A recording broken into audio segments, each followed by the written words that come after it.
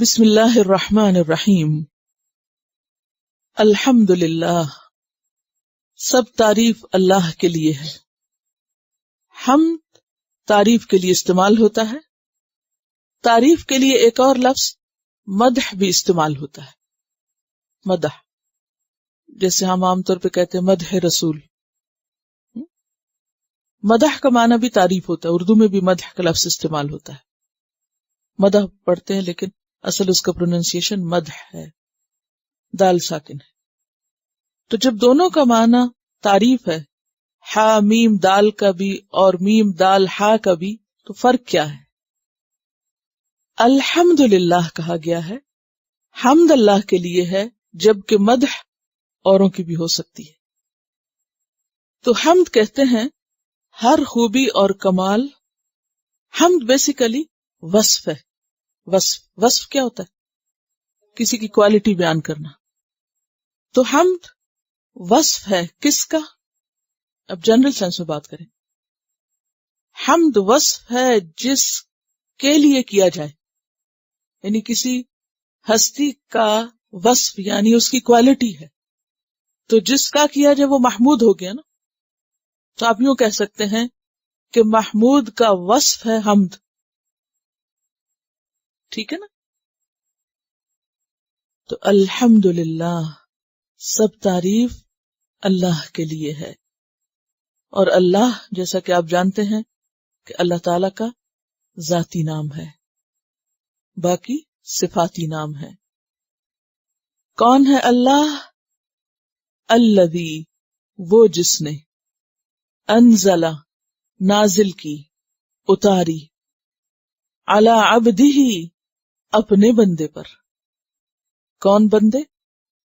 محمد صلی اللہ علیہ وسلم۔ کیا نازل کی؟ الکتاب، کتاب۔ کون سی کتاب؟ القرآن۔ تو تعریف ہے اللہ کے لیے اللہ کے اس احسان پر کہ اس نے محمد صلی اللہ علیہ وسلم پر ایک بہترین کتاب اتاری۔ الحمد للہ الذی انزل علی عبدہ الکتاب۔ اور کتاب کا لفظ روٹ کیا؟ کافتبے، کتبن۔ کتبن کا لفظی معنی ہوتا ہے جمع کرنا۔ کتبن کا کیا معنی ہوتا ہے؟ لٹرل میننگ جمع کرنا۔ تو کتاب کو کتاب کیوں کہتے ہیں؟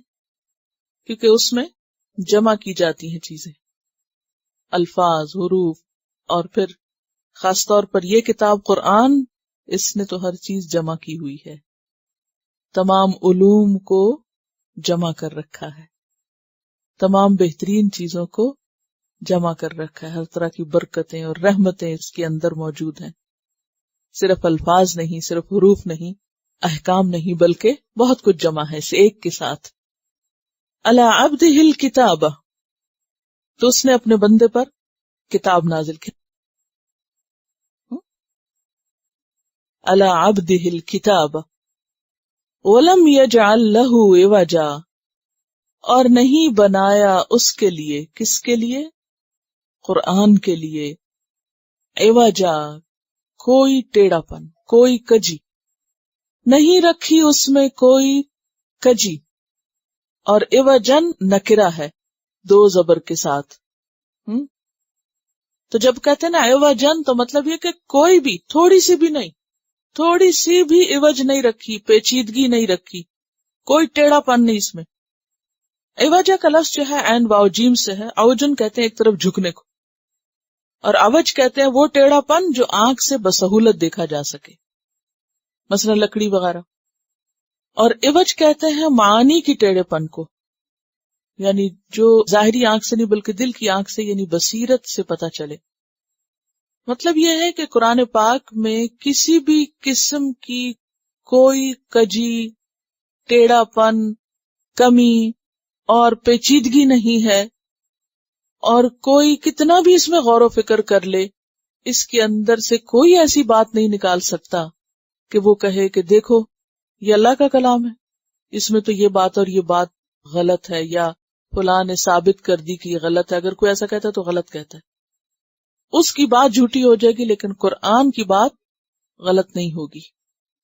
وہ ثابت ہو کر رہے گی.